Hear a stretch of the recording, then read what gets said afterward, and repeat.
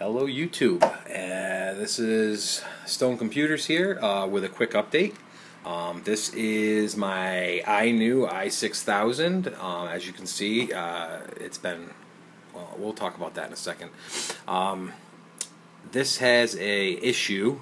I seem to have gotten a defective one. Shortly after the video I made, the phone started freezing up like crazy.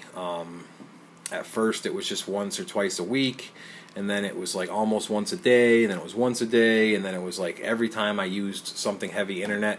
I could almost make it crash every time by doing a voice search. I'll do one real quick, but it probably won't work because I'm on Wi-Fi. Usually voice search on 3G kills it. Voice search on 3G. And it worked. It would freeze up there, and this whole screen would freeze, and then the colors and light would melt away like somebody was pouring water over a watercolor painting. It was so weird. The major pet peeves I have with this phone is, one, the signal. I think I've mentioned a few of these, but we're going to go over them again. The signal bar, and you can't see it now because I have my SIM card in it. The signal bar at the top is totally fake. If it's getting a signal, it shows full bars, and if it's not getting a signal, sometimes it shows full bars when it's not getting a signal too. 3G is kind of weak on this thing. Places where I would get a phone call, it wouldn't get internet, or it would be really slow or intermittent. And it's on AT&T, and there's no excuse for that, especially how good the service is in my area, because I had a Galaxy before this, so I know how good it can be. The sound on it is very quiet. There's no way to turn it up. It's kind of annoying. I've slept through the alarm clock on this thing many of times. I had to download a ridiculous alarm clock from Zedge Tone that makes me shit my pants every morning just to get the thing to wake me up.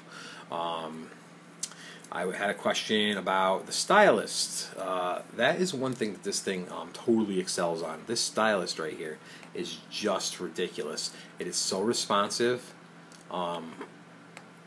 It doesn't work on other tablets too. I tried it on my iPad mini and my iPad, and it wouldn't even register it. It's something to do with this screen. I didn't get the chance to do some fine drawing or anything like that, but anytime I pulled it out, it seemed to work great. Even touching these down here, touching these buttons, it would work. Now it's going to make a liar out of me. Yeah, well, it's making a liar out of me. As you can see, very responsive, very, very responsive. So that was a plus. Other minuses with this phone would be the lack of accountability for the company.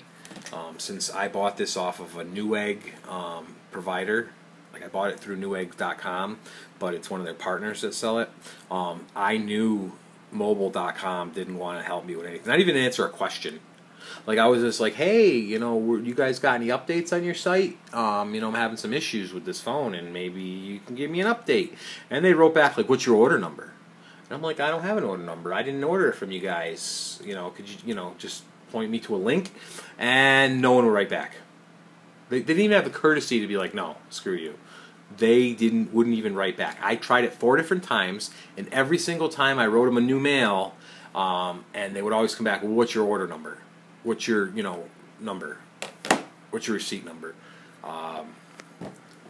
Which I thought was totally disgusting, and that is why ultimately I have a different phone over here, which we're going to get to in a second.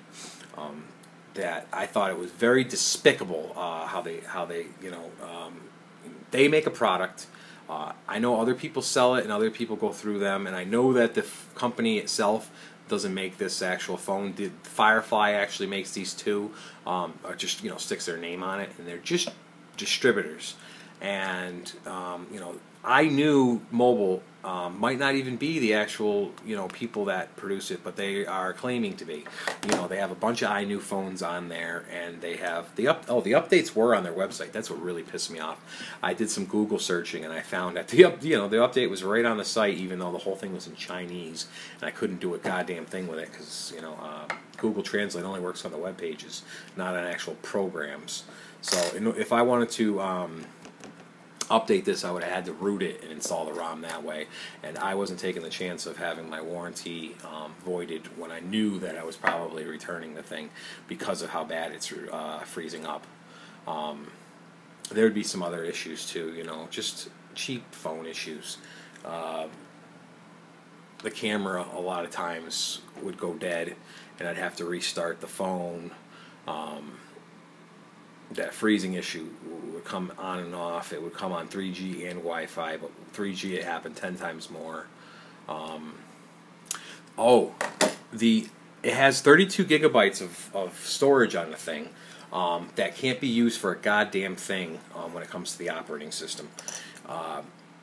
It has, I think, a gig free to install apps, but unless you put an SD card in here, you can't install one app to an SD. Not one. I mean, to the internal SD.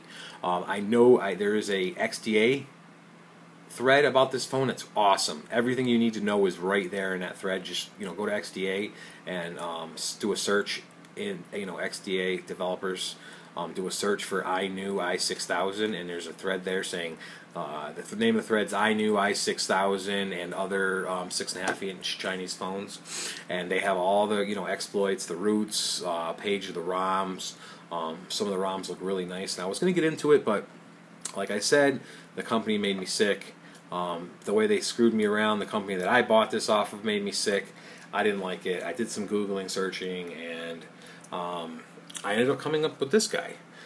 This is essentially the same phone, the same hardware. It has a that's I was just 'cause I was bringing it up. The GPS in this non-existent.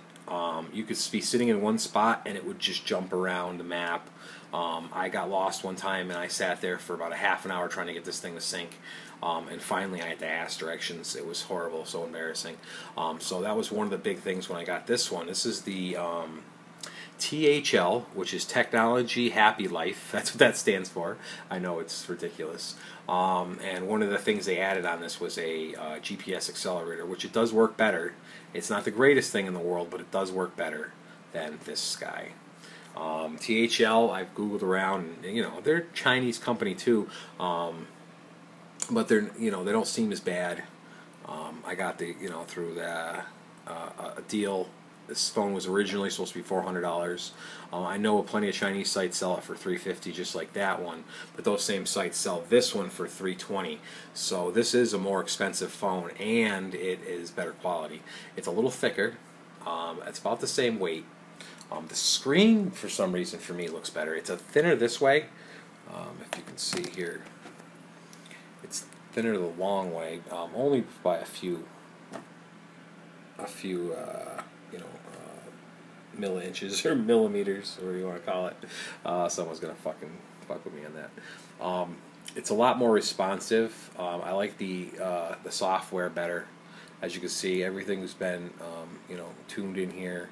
It looks nice. It looks pretty. It looks like someone had, you know, actually put their touch on the phone. This phone is the THL W300. Running Android 4.2.1. Ooh, I didn't even notice this. This has an update option. Look at that. Look at that. I didn't even notice that. That is worth the extra money right in itself, because of the fact that the companies are Chinese and you got to run these programs. And wow, I'm so happy to see that. It does have a back button here that actually lights up. These light up too, but you know, they're like weird little slits that you got to touch. This is actually a button. What else we got here? Android version. So we definitely got gingerbread jelly bean. I meant on here. Just punching him. He doesn't like me. He doesn't want to explode. I guess they don't have it on that. A few of the other fine points in this guy. The flash on the thing is 10 times brighter than that one. That has a little LED on it that doesn't want to do nothing. This thing is actually a bright flash that that will actually work in a picture that has low light. That flash only seems to want to work in no light. That's the only time this flash was good. It was no light at all. And that wasn't that that was ridiculous. I think they turn the flash on here.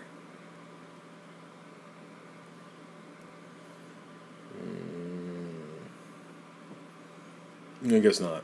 I know I have a flashlight. There we go. That's where it was supposed to be. I don't know why it didn't work. As you can see, it's not much there at all. When the camera was working. Oh, did I shut? Okay, it shut off. This will be going back. I like the standard for the SIM cards too. The battery looked like a better quality. I could pop that out, but it ain't really. I mean, just felt it. You can't really see it on the camera. The SIM card slot 1 is a mini or a micro SIM card. I think mini's regular because I think they used to be a lot bigger than that. So the regular SIM is actually a mini, and that's a micro. The SD slot and the slots all look better. And the back of this thing is on so tight that I would not be able to open it with one hand. Yes, it is a fingerprint magnet, but the screen just looks beautiful when it's off. This thing reminds me of just a huge Galaxy tablet or something. You know, it looks nice. And I have it set up for one-handed dial when it's in my right hand. So if I hold it in my right hand, I can dial. I wish the keyboard did that too, but it don't. But some of the settings on here are pretty cool. Like you got that settings, one-handed operation was that. Learn about one-handed operation. See, it's just about dialing, but you know it's better. It's better. You know it's better than nothing. When I can tell that this thing, you know, it's huge. And when you try it, like I could do it like this. I held up my pinky, just reach over there to get that A button. The A always kills me. But yeah, this is the THL W300, and I think it's a better quality phone than the i6000 for many reasons. I will be probably making a video just on this with some benchmarks or whatnot. You know, don't bank on it. You don't ever know. I'm a lazy guy. I'll tell you what. I would love to be a YouTube sensation. I would love to sit here and review hardware. I mean, I got this. You know, this is my desktop here that I built from scratch. You know, it's a AMD 8-core, water cooled with 32 gigabytes of RAM and a bunch of SD cards, and you know, pretty nice setup there. Oh, look at that dust. That's horrible. That's horrible. That's getting cleaned out today. Ugh. It's my baby. I do stuff like that. I do phone mods. There's some other things I'd like to review too, like this guy right here. This is ridiculous. This is the iPhone 5 clone. It looks like this because I left the plastic on it, but yeah, it's the Royalster, the iPhone 5 clone. And oh, it's my cord's a piece of crap. It looks pretty good, except for the really thick glass. You see that thick glass right there?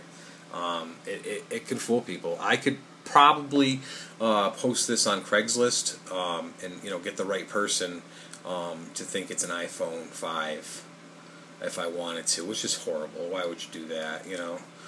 Just say, oh, it's in Chinese, you need to go home and hook it to iTunes and restore it or something. But as you can see, there's an app store, and it's all in Chinese. I originally bought these to sell them as cheap phones for people, but they don't. It does not have the Google Play Store. It does work with the home button without the 3 buttons. They're all in here. You hold it for home. You hit it once for back, and I have no idea how to hit menu. I don't think anything actually needs a menu on this thing. Any of the built-in apps, anyway. If you guys want to see more about this, let me know. I'll run through this guy, because this one's going to be mine. I'm going to keep it. I'm probably going to use it as like a GPS.